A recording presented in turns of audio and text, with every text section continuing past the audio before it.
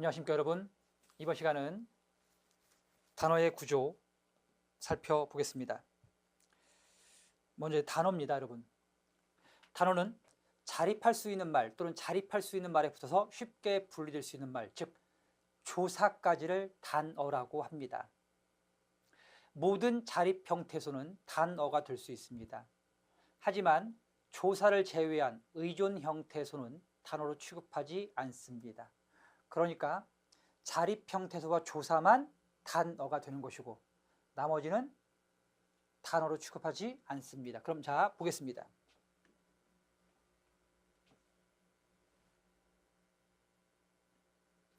철수가 밥을 먹었다.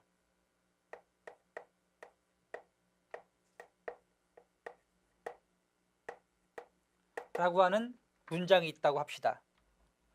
그러면은 앞서 이 문장은 철수가 밥을 먹었다라는 형태수로 이루어진 문장입니다.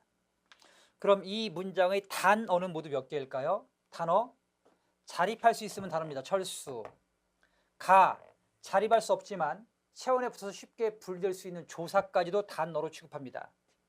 밥 단어 을도 그러니까 단어가 되는 것입니다. 그 다음 먹었다는 각각 의존 형태소입니다. 먹의존, 엇의존, 다도 의존이죠. 그리고 먹었다의 먹은 실질 형태소고요. 나머지는 모두 문법적인 기능만 하는 형식 형태소입니다. 즉 이렇게 실질 형태소이지만 의존 형태소인 용언 어간이라고 하죠. 용언 어간은 어미와 합해져서 하나의 단어를 이룹니다. 어간 플러스 어미까지 합해져서 하나의 단어.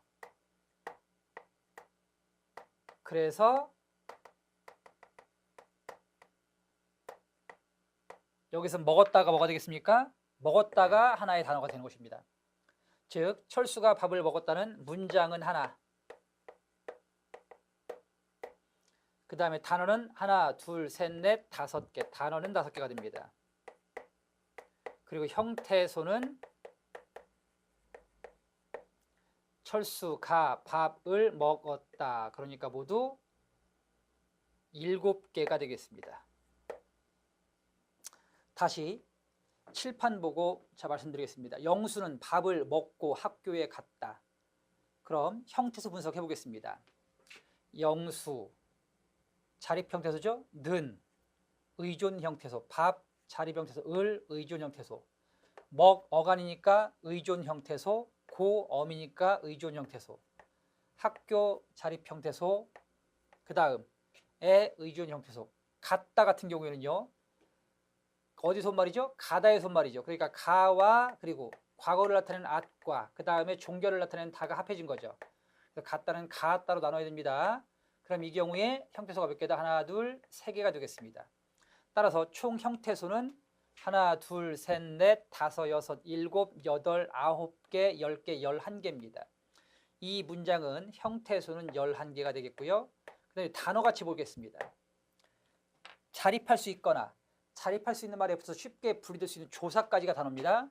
영수, 는, 밥, 을. 그 다음에 어간과 어미가 합해져야 단어입니다. 먹고, 학교에, 그리고 갔다가 하나의 단어입니다. 그러니까 이 문장의 단어는 빨간 것 하나, 둘, 셋, 넷, 다섯, 여섯, 7개가 되겠습니다. 즉 단어는 7개입니다. 그 다음에 참고로 어절이라고 있습니다. 어절은 띄어쓰기 단위를 어절이라고 합니다. 그러니까 영수는 밥을 먹고 학교에 갔다. 즉 어절은 하나, 둘, 셋, 넷, 5개가 되는 것입니다. 띄어쓰기 단위와 일치하는 걸 어절이라고 합니다. 따라서 어절은 모두 몇 개다? 어절은 5개. 문장은 몇 개입니까? 문장은 하나가 되는 것입니다.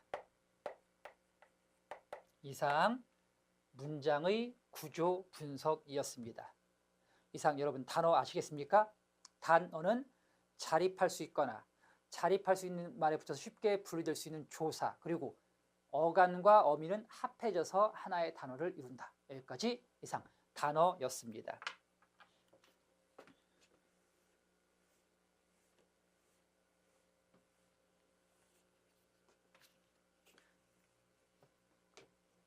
다음 보시겠습니다. 단어의 개수를 셀 때 여러 조사가 겹쳐 나오는 경우 각 조사를 하나의 단어로 간주합니다. 예를 들면 멍게의 또 다른 이름으로는 우렁생이가 있다. 이 경우 지금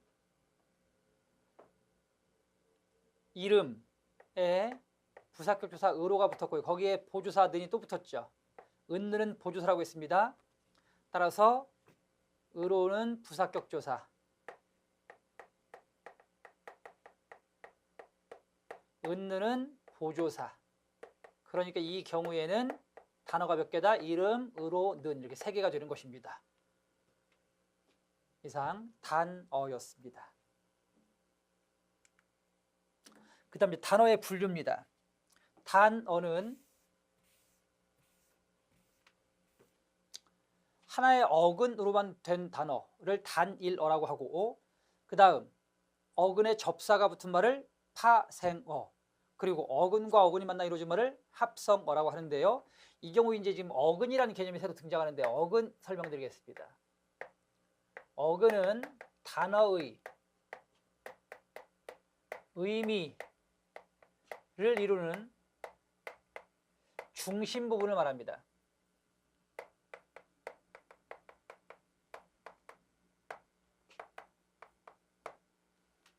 그리고 이제 접사가 나오는데요. 접사는 어근에부터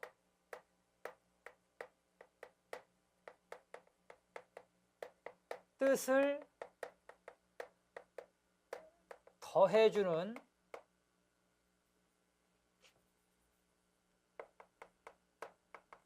주변 부분을 말합니다, 여러분. 접사는 어근에부터 뜻을 더해주는 주변부, 어근은 단어의 의미를 이루는 중심부가 되겠습니다. 그 다음 어간이 있습니다. 어간은 활용할 때 변하지 않는 부분,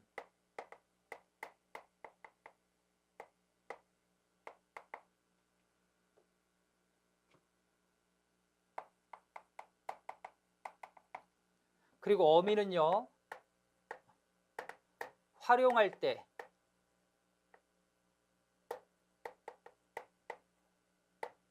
변하는 부분을 말합니다.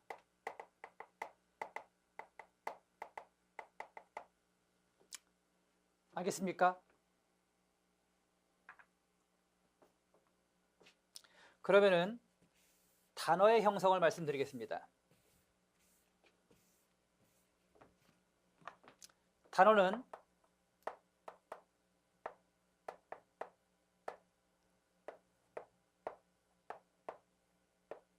하나의 어근으로 된 단어를 단일어라고 합니다, 여러분. 그 다음에 복합어가 있는데요. 복합어는 어근에 접사가 붙은 파생어라 해요.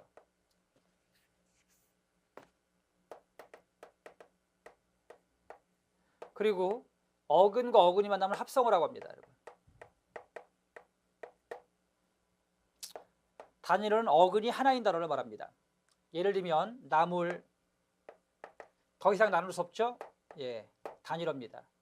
다리, 버섯 이런 것들은 단일어입니다. 그 다음에 먹다도 어근, 이 먹다를 분석해 볼게요. 먹다에서 실제 단어의 의미, 이트라는 단어의 의미를 이루는 중심 부분은 어디입니까, 여러분? 다는 의미를 이루지 못하고 앞에 있는 먹이 의미의 중심 부분을 이루죠. 그래서 앞에 먹을 뭐라고 그래? 어근이라고 해요. 먹은 어근이 됩니다. 그런데요, 먹다를 가지고 활용시켜 보세요. 먹다, 먹고, 먹어, 먹지처럼 이렇게 바뀌죠? 그러면은 앞에 변하지 않는 부분이 어간이 되는 거니까 먹다의 먹은 어간두됩니다. 그러니까 먹다의 먹은 어근두되지만 어간두되는 거예요. 알겠습니까? 그런데요. 자, 처먹다 라는 말. 먹다 옆에 처먹다, 처를 붙여보세요. 처먹다. 그러면은 보세요, 여러분. 처먹는 것도 결국 먹는 거죠. 그럼 이 처먹다의 의미의 중심을 이루는 부분은 어디다? 먹입니다. 먹. 이 먹이 뭐가 된다? 근이 됩니다, 여러분. 근데 다는 어미가 되겠고요. 그리고 이제 어근의 앞이나 뒤에 붙여서 그 뜻을 더해주는 부분이에요. 그러니까 먹는 건데 처먹는 거죠. 따라서 처는 먹다에 붙어서 그 의미를 제한해주거나 더해주는 접사입니다. 그리고 이 처먹다를 가지고 활용시켜 볼게요, 여러분. 처먹다, 처먹고, 처먹지, 처먹는, 처먹어처럼 처먹까지는 안 변하고 나머지만 변하죠. 그래서 변하지 않는 처먹까지가 뭐가 되는 거? 간이 되는 것이고, 그리고 나머지 부분이 뭐가 된다? 미가 되는 것입니다. 알겠습니까? 그래서 접사가 들어있으면 그 접사를 포함해서 간이 되는 것입니다. 만약 접사가 없으면 어근과 어간은 같아요. 접사가 없는 말은 어근과 어간이 같고, 접사가 들어간 말은 어근은 접사를 뺀 나머지, 그 다음 어간은 접사 어미를 포함한 것이 어근이 되는 것이다. 이상 어근과 어간의 차이점이었습니다. 어쨌든 먹다는 어근이 하나니까 하나의 어근으로 된 단어는 뭐가 된다? 단이라고 되는 것입니다. 그 다음에 이제 복합어입니다. 어근에 접사가 붙은 말을 파생어라고 하는데요. 처먹다. 그래서 처먹다는 파생어입니다. 그 다음 짓밟다. 밟다가 어근이죠. 그 밟다 앞에 짓이 붙어가지고 밟는 건데 짓밟는 겁니다.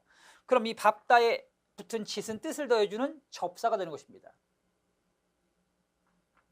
그 다음 접사는요, 어근에 붙어 뜻을 더해주는 부분, 주변 부분이고요. 그 다음에 품사를 바꾸기도 합니다. 품사를 바꾸기도 한다. 예를 들면 지우개입니다. 지우개는 지우다에서 말이죠. 지우다에 뭐가 붙었죠? 개가 붙었죠. 그럼 지우다는 뜻이 있으니까 근이고요. 그리고 그 다음에 이때 개는요, 지우는 도구, 앞에 것에 붙어서 앞에말에 붙어서 끝뜻을 제한해 줍니다. 지우는 건데 그 지우는 도구. 그럼 이건 뭐 접사가 되는 겁니다. 앞말 또는 뒷말에 붙어 그 뜻을 더해주거나 제한해주는 말을 접사라고 합니다. 그럼 지우개는 뭐가 됩니까? 파생어가 되는 것입니다. 그리고 접사 중에 어근의 앞에 오면 처먹다의 처는 접두사가 되는 것이고요. 지우개처럼 어근의 뒤에 오면 접미사가 되는 것입니다.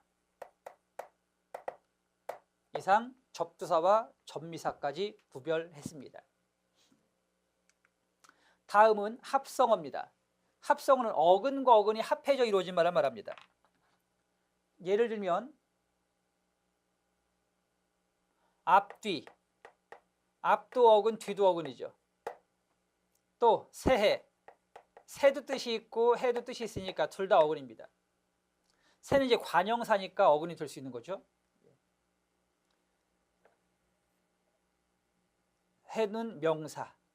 그런데요, 여러분, 아까 앞선 시간에 우리가 뭘 배웠죠, 여러분? 세파라타. 세파라타의 새는 뭐가 되는 거죠? 이거는 접사입니다. 왜 접사죠? 새와 파라타 사이에 다른 말이 들어갈 수 없고요. 그 다음에 새가 붙을 수 있는 말은 제한됩니다. 색깔 같은 말에만 붙죠.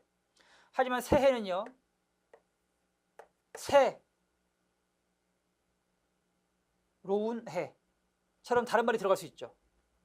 그리고 또 새는 붙을 수 있는 말이 제한이 없죠. 그럼 이때 새는 뭐가 된다? 관형사, 즉 어근이 되는 것입니다. 관형사는 어근입니다. 그래서 새해는 어근과 어근이 만난 합성어가 되는 것입니다. 그 다음에 늙은이, 늙다 어근이죠. 이도 사람입니다. 그렇죠? 예, 그러니까 어근이 두 개인 합성어가 되는 것입니다. 여기까지 이해하셨습니까?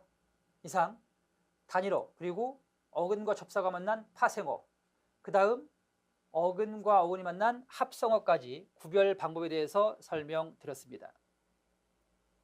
그 다음에 시험에 잘 나오는 게 있는데요. 합성어, 다시 이제 합성어입니다, 여러분.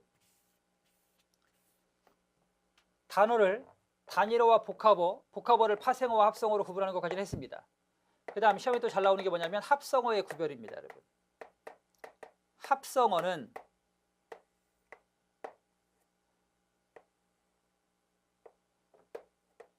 통사적 합성어가 있고요.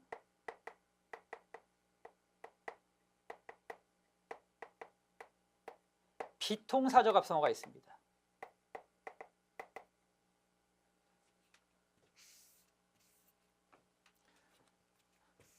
이것도 시험에 잘 나옵니다. 통사적 합성어와 비통사적 합성어입니다. 통사적 합성어는 국어의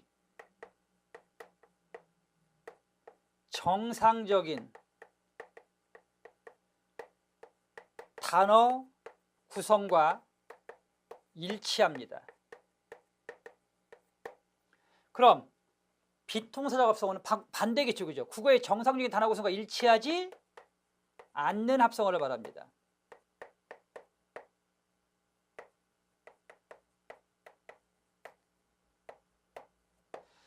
여러분, 그렇다고 한다면 이제 여러분들이 알아둬야 할 것은 뭡니까? 이 정상적인 단어 구성이 뭔지 아셔야 됩니다. 도대체 어떤 것이 정상적이냐? 그 정상적인 단어 구성만 알면 통사적 방식이냐 비통사적 방식이냐 쉽게 구별할 수 있습니다. 첫 번째, 관체주 부용례에서 일치하면 그건 정상적입니다. 즉 관형어 뒤에 채워놓는 구성 정상적입니다. 부사 뒤에 용어 놓는 구성 정상적입니다. 그 다음에 두 번째입니다. 용언 어간 옆에 어미가 붙으면 정상적입니다. 세 번째입니다.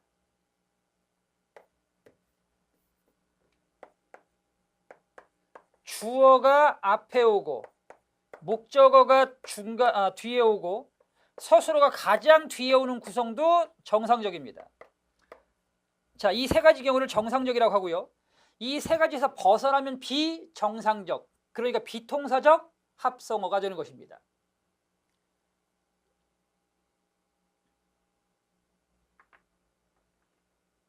물론 명사와 명사가 만나는 건 당연히 정상적입니다.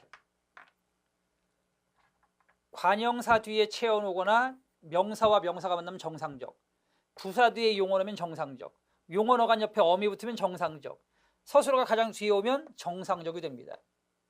그래서 명사 정상적, 관형사 명사 정상적. 그 다음에 잘 보세요. 늙다 용언 어간 옆에 어미가 붙었죠. 어미 붙으면 정상적입니다.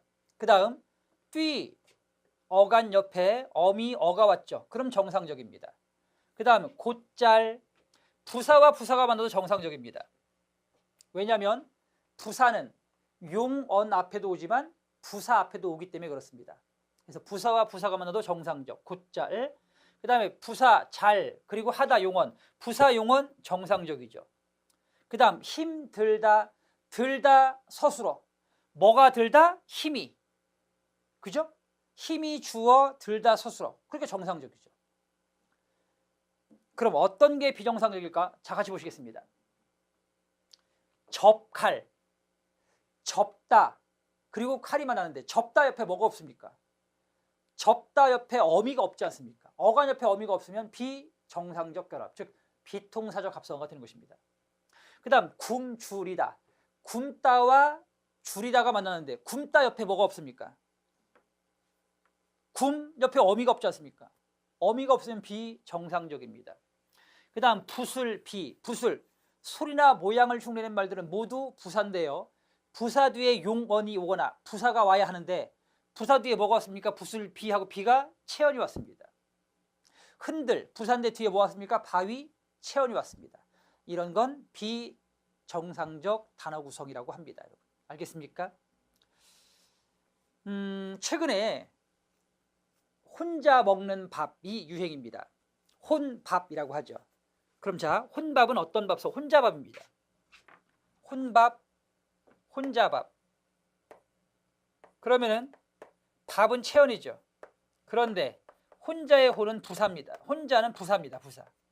혼자 먹는다 이런 뜻이니까 그렇죠? 예, 그럼 부사죠. 그럼 부사가 밥과 만났네요. 부사가 밥과 만났습니다. 밥은 체언이잖아. 부사는 어디 앞에 와야 돼요? 같은 부사 앞이나 또는 용언 앞에 와야 돼요. 따라서 혼밥은 비정상적 단어 구성 방식의 합성어가 되는 것입니다. 알겠습니까, 여러분? 다시 한번 말씀드립니다.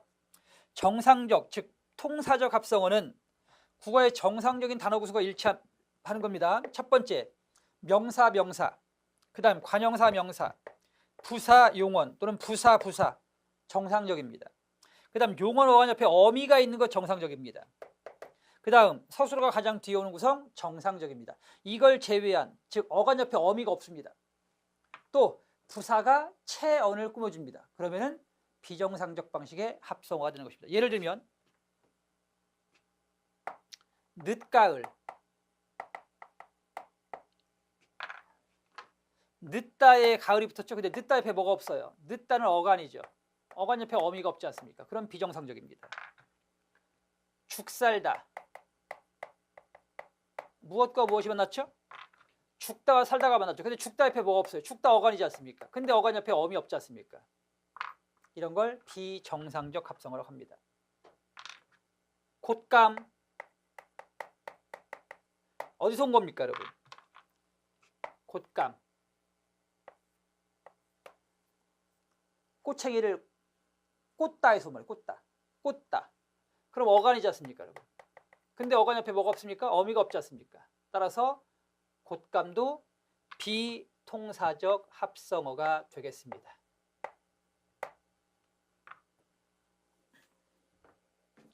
이렇게 해서 단어의 구조, 즉 단일어와 그리고 파생어, 복합어까지 살펴봤고요. 그 다음, 자, 다음은 이제 합성어의 종류인데요. 대등적 합성어가 있고 종속적 합성어 그리고 융합 합성어가 있습니다. 앞서 합성어를 우리가 통사적 방식이냐 비통사적 방식이냐로 구분했던 것은 단어 구성 방식에 따른 구별법이고요. 그 다음에 대등 방식이냐 종속 방식이냐 또는 융합 방식이냐 하는 것은 그 두 단어의 결합 방식, 그러니까 의미 관계, 두 단어의 의미 관계에 따라서 대등, 종속 또는 융합으로 나누어지는데 대등 합성어는 앞뒤 의미 관계가 대등하거나 또는 상반되거나 또는 열거 관계에 있을 때는 대등 합성어가 됩니다. 앞뒤 상반되죠? 똥, 오줌 상반됩니다. 밤낮 상반되고 손발 상반되고요. 그죠? 오가다 모두 상반됩니다. 이런 것들을 대등 합성어라고 합니다. 반면 종속 합성어는 한쪽이 다른 한쪽에 포함되거나 한쪽이 다른 한쪽과 어떤 수식 또는 피수식의 관계에 있으면 종속 합성어가 되는 겁니다. 돌, 다리. 돌과 다리가 대등하지 아니하고 결국 돌다리도 다리일 뿐입니다. 그러니까 한쪽이 다른 쪽에 포함되죠. 돌다리도 다리, 돌로 된 다리. 그 다음에 책가방도 가방이죠. 그죠? 또 도시락밥도 밥입니다. 어느 한쪽의 의미가 다른 한쪽의 의미를 포함하고 있으므로 무슨 관계다? 종속적 관계가 되는 것입니다. 그 다음에 마지막 융합 방식의 합성어입니다. 이 융합 방식은 두 개 이상의 어근으로 된 합성어가 이 두 개의 어근이 아닌 제3의 의미를 형성하게 됐을 때 그 경우를 우리는 융합 합성어라고 합니다. 예를 들면 춘추, 추는 봄이고 추는 가을입니다만 두 개가 만나서 나이가 됐습니다.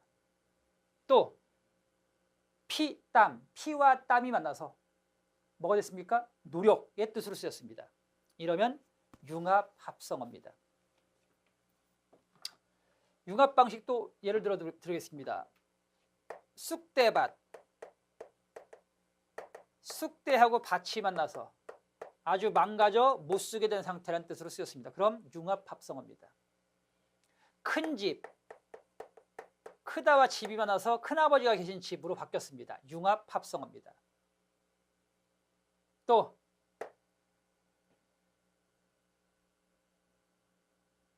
바늘방석, 바늘과 방석이 만나서 불편한 자리가 됐습니다. 그럼 융합합성어죠. 또 색안경, 색과 안경이 만나서 편견이라는 뜻을 쓰였습니다. 그럼 융합합성어입니다. 그런데요, 여러분 잘 보세요. 어떤 단어가 융합관계인지 아니면 다른 관계인지는 그 문장에서 문맥적 의미에 따라 달라질 수 있습니다. 예를 들면 바늘방석이 불편한 자리라는 뜻으로 쓰이면 그건 융합합성어지만 실제 바늘을 꽂아두는 방석의 뜻이면 그때는 바늘로 된 바늘을 꽂아두는 방석도 방석이니까 종속합성어가 되는 것입니다. 예를 들겠습니다. 어제 그 자리는 완전히 바늘방석이었지 뭐야. 이렇게 되면 불편한 자리니까 융합합성어지만 얘들아 바늘을 쓰면 바늘방석에 꽂아두어야 하지 않겠니? 라고 했을 때 그때 바늘방석은 바늘을 꽂아두는 방석이니까 종속조건기가 되는 것입니다. 또 밤낮, 예, 방학이라고 그렇게 밤낮 놀기만 할래? 이런 뭐가 되는 겁니까? 밤낮이 항상의 뜻이니까 융합합성어입니다. 그런데요, 공무원 중에 소방공무원은 밤과 낮이 바뀐 채 일을 합니다. 이렇게 되면 밤낮, 실제 밤과 낮이니까 그때는 대등합성어가 되는 것입니다. 그래서 문맥적 의미에 따라 달라질 수 있음을 명심하시기 바랍니다. 이상 합성어의 종류였습니다. 이번에는 파생어입니다. 파생어는 어근 앞 또는 뒤에 접사가 붙어 이루어진 말들입니다. 접사는 어근에 붙어 뜻을 더해주거나 또는 품사를 바꿔주는 것을 말합니다. 헛고생, 고생은 고생인데 헛고생, 괜히 한 고생. 이때 헛은 고생에 붙어서 그 뜻을 제한해 줍니다. 따라서 접두사입니다. 군소리, 소리는 소리인데 어떤 소리? 군, 즉 쓸데없는 소리. 따라서 군도 접두사입니다. 그 다음 전미, 자 이번엔 전미사입니다. 웃음, 웃다라는 동사에 음이 붙어서 품사가 바뀌었습니다. 즉 명사가 됐습니다. 이렇게 품사를 바꿔줘도 접사입니다. 그 다음 살림꾼, 살림에 붙어서 꾼이 그걸 하는 사람. 이렇게 뜻을 제한해 줬으니까 꾼도 접사가 되겠습니다. 참고로 품사를 바꿔주는 접사 살펴보겠습니다. 사람답다,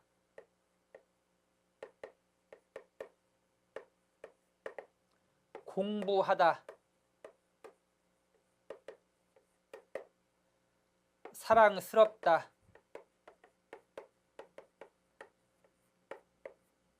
덜렁이다,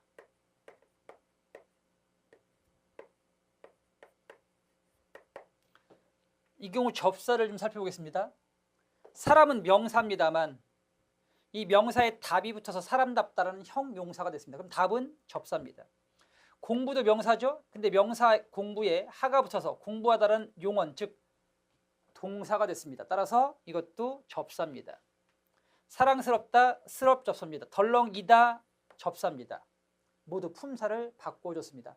덜렁은 소리나 모양을 흉내낸 말은 부사라고 했죠. 예, 근데 그 부사가 덜렁이다. 용언, 즉 동사가 됐으니까 이때 이도 접사가 되는 것입니다.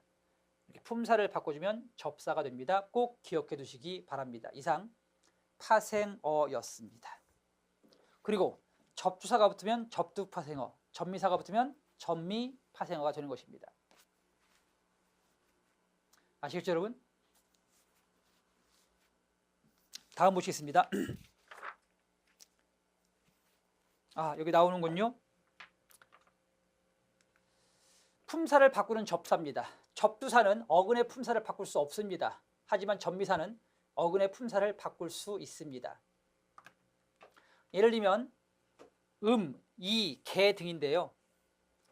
자, 물음, 아픔, 외로움, 기쁨, 죽음 모두 동사 또는 형용사에 붙어서 그 동사, 형사의 품사를 명사로 바꿔주고 있습니다.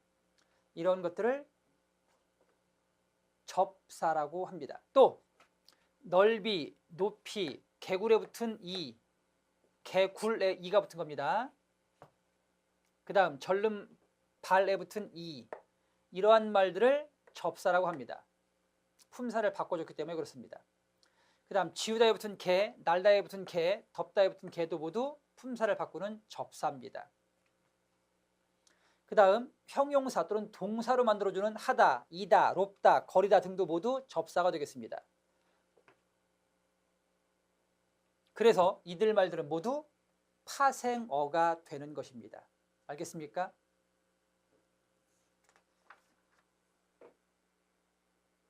그럼 다시 한번 근과 어미 그리고 근과 접사, 간과 어미에 대해서 다시 한번 설명드리겠습니다. 이 부분 헷갈리시면 안 됩니다. 근은 단어의 의미를 이루는 중심 부분을 말합니다. 그래서 줄기라고 합니다. 줄기, 단어의 줄기. 그 다음 접사는 어근에부터 뜻을 더해주는 주변부 또는 품사를 바꿔주는 부분을 말합니다. 그래서 접사는 어근 앞에 붙으면 접두사,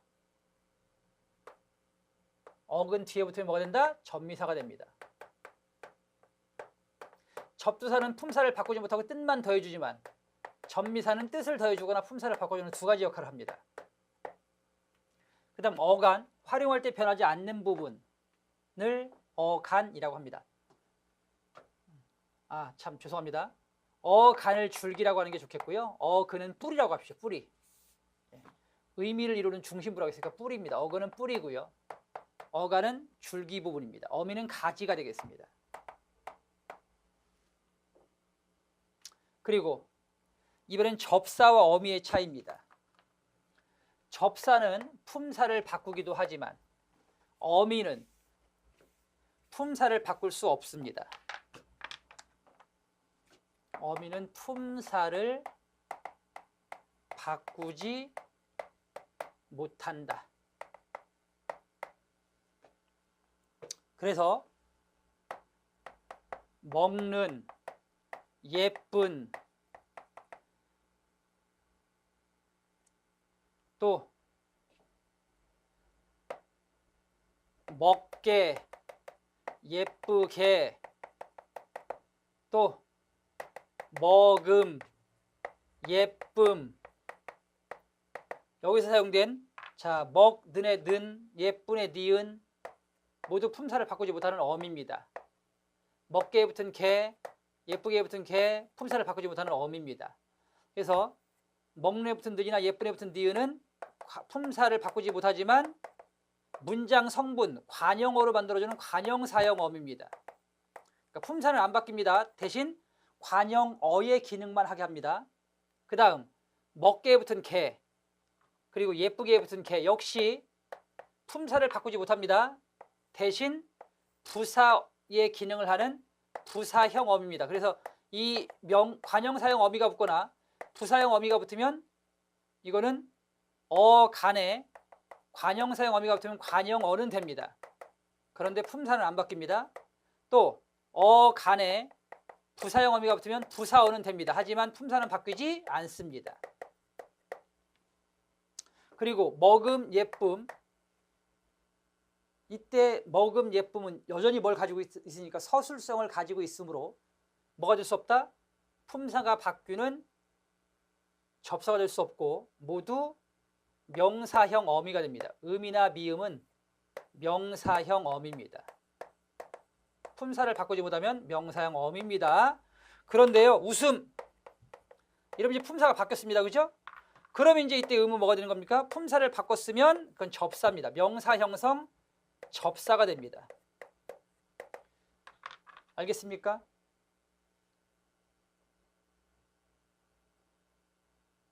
그래서 접사와 어미의 차이, 접사는 품사를 바꾸지만 어미는 품사를 바꾸지 못합니다. 이상 접사와 어미의 차이 그리고 구별법에 대해서 말씀드렸습니다. 이렇게 해서 여러분 단어의 형성 그리고 단어의 구별까지 같이 살펴봤습니다. 하나의 어근으로 된 단일어와 그 다음 어근의 접사가 붙은 파생어, 그리고 어근과 어근이 만난 합성어가 있으며 합성어의 구별법에는 통사적 합성어, 즉 국어의 정상적인 단어 구성에 일치하는 합성어를 말하고, 그 다음 비통사적 합성어, 국어의 정상적인 단어 구성 방식에서 벗어난 합성어를 말합니다. 그 다음 합성어는 다시 의미 관계에 따라서 대등 합성어, 종속 합성어, 그리고 제3의 의미를 형성한 융합 합성어까지 있습니다. 물론 융합 합성어를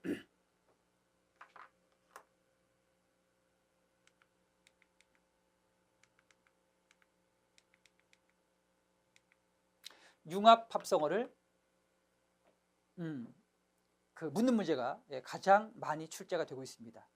아까도 말씀드렸지만 융합합성어는 문맥에 따라서 그 문맥적 의미에 따라 융합합성어가 되기도 하고 또는 대등 또는 종속합성어로 쓰일 수 있으므로 항상 문맥 속에서 그 의미를 파악하시는 연습이 필요합니다. 다음 파생어는 접두사가 붙으면 접두파생어, 접미사가 붙으면 접미파생어가 됩니다. 접두파생어는 품사를 바꾸지 못하지만 접미파생어는 품사를 바꾸기도 합니다. 따라서 우리가 이제 기출문제 시간에 살펴보겠지만 시험에는 기본적으로 단어를 구별할 수 있는 문제, 즉 파생어와 접두사를 구별해낼 수 있는지를 묻는 문제가 나올 수 있습니다. 그런 것들 많이 연습하셔서 무엇이 접두사고 무엇이 어원인지를 구별하는 능력을 키우시는 것이 필요하겠습니다. 품사를 바꾸는 접사인데요. 접두사는 품사를 바꾸지 못한다고 말씀드렸습니다. 하지만 접미사는 어근의 품사를 바꿀 수도 있습니다. 자, 이나 히, 즉 만, 이, 같이, 다달이 모두 용언을 부사로 바꿔주는 접사입니다. 넉넉히, 나란히 모두 넉넉하다, 나란하다라는 말에서 온 부사가 되겠습니다. 히가 붙어서 부사가 된 경우입니다. 그 다음에 적입니다. 가급적, 기술적, 비교적, 일반적 이 경우 모두 명사를 관형사로 품사를 바꿔준 경우에 해당이 됩니다. 그 다음 사동 또는 피동의 뜻을 더하는 것도 접사입니다. 그래서 이희리기 우구추가 있는데요. 먼저 사동, 사동이라는 것은 이 사자가 부린다, 동은 동작, 즉 동작을 시키는 것을 사동이라고 합니다. 예를 들면 먹다는 내가 먹는 거지만 먹이는 건 남에게 먹게 하는 거죠. 그러니까 이런 경우를 이제 사동이라고 하고 거기 붙은 이는 이제 사동 접사라고 합니다. 그래서 사동의 뜻을 더하는 이, 히, 리, 기, 우, 구추가 되겠습니다. 자, 보이다, 즉 보게 하다, 그렇죠? 예, 그다음 묵히다, 묵게 하다, 달리다, 달리게 하다. 이때 달리다는 달리다가 아닙니다, 여러분. 열매가 달렸다. 그게 이제 달다의 사동사가 되는 것입니다. 신발을 신기다, 신게 하다. 잠을 깨우다, 깨게 하다. 모두 사동사가 되는 것이고 여기 붙은 이희리기 우구추는 모두 접사가 되겠습니다. 그 다음 두 번째 이제 피동의 뜻을 더합니다. 피동은요, 이게 입을 피자, 즉 동작을 당하는 것을 피동이라고 합니다. 예를 들면 놓이다, 놓아지는 거겠죠. 내가 놓는 것이 아니라 놓아진 것입니다. 그 다음 닫은 것이 아니라 닫힌 것입니다. 피동입니다. 간 것이 아니라 갈린 것이죠. 피동. 안기다, 아기가 엄마에게 안겼습니다. 피동이 되는 것이죠. 그 다음 세 번째, 사동의 뜻을 더하고 품사를 동사로 바꿔주는 것도 접사입니다. 높이다, 괴롭히다. 높게 하는 것이고요. 품사가 바뀌었죠. 높다는 형용사지만 높이다는 동사입니다. 그 다음 괴롭히다. 괴롭다는 형용사지만 괴롭히다는 동사가 됩니다. 이렇게 품사를 바꿔주는 사동의 뜻을 더하는 접사도 접사가 되겠습니다. 이상 자, 사동, 피동, 접사였습니다. 여러분 이렇게 해서요, 또 접사의 구별법까지 했습니다. 이런 접사가 붙으면 뭐가 된다? 파생어가 된다라는 것 명심하시기 바랍니다. 그럼 여러분 단어의 구별, 즉 단어의 형성을 공부했는데요. 자, 시험에는 기본적으로 어떤 단어를 주고 그것이 단일어인지 아니면 복합어인지를 물을 수 있습니다. 또는 똑같은 복합어를 주고 그것이 파생의 방법인지 또는 합성의 방법인지를 구별할 수 있습니다. 구별해내는 문제를 낼 수도 있습니다. 그럼 그런 문제는 어떻게 풉니까, 여러분? 어떤 것이 접사인지 어원인지를 아셔야 되는데 접사의 경우는 어떤 특징을 갖는다? 자, 사동 또는 피동의 뜻을 갖습니다. 또는 품사를 바꿔주기도 합니다. 알겠습니까? 또는 어근에 붙어 그 뜻을 더해주는 역할을 합니다. 그럼 접사가 되는 것입니다. 이상, 그리고 접사가 붙은 말들은 모두 파생어가 되는 것이죠. 그 다음 이제 세 번째, 합성어를 주고 그것의 결합 방식이 통사적이냐 아니면 비통사적이냐, 아니면 의미 관계가 대등적 또는 종속적, 융합적이냐를 묻는 문제를 낼 수도 있습니다. 그럼 자, 먼저 대등합성어는요, 양쪽이 나열, 상반 또는 선택의 관계여서 어느 한쪽으로 기울지 않는 관계입니다. 반면 종속합성은 한쪽이 다른 한쪽을 포함하거나 한쪽이 다른 한쪽을 꾸며주는 관계를 말합니다. 마지막 융합합성어는 두 개가 만나서 새로운 제3의 의미를 형성한 것을 융합합성어라고 하는데요. 앞서 말씀드렸듯이 이런 경우 그 문장 속에서 의미를 파악하는 것이 필요합니다. 그 다음 마지막입니다. 정상적인 단어 구성 방식에서 벗어나 있으면 비통사적 합성어. 자, 그럼 비통사적인 건 뭐죠, 여러분? 어간 옆에 어미 없습니다. 또 부사가 체언을 꾸며줍니다. 그리고 서술어가 앞에 옵니다. 이렇게 되면 비통사적 방식이 됩니다. 정상적이지 않은 것이죠. 그럼 자, 나머지는 뭐가 됩니까? 나머지는 모두 통사적 방식이 됩니다. 즉 명사와 명사가 나오거나 관용사가 명사를 꾸며주거나 또는 어간 옆에 어미가 붙었거나 아니면 서술어가 뒤에 온 구성들은 모두 정상적인 단어 구성법이 되는 것입니다. 이상 파생법과 합생법에 따른 단어의 형성을 정리해 드렸습니다. 여러분, 이번 시간 고생 많으셨습니다. 다음 시간에는 단어보다 더 큰 단위, 문법 단위인 문장과 문장 성문에 대해서 살펴보도록 하겠습니다. 이상 마치겠습니다. 감사합니다.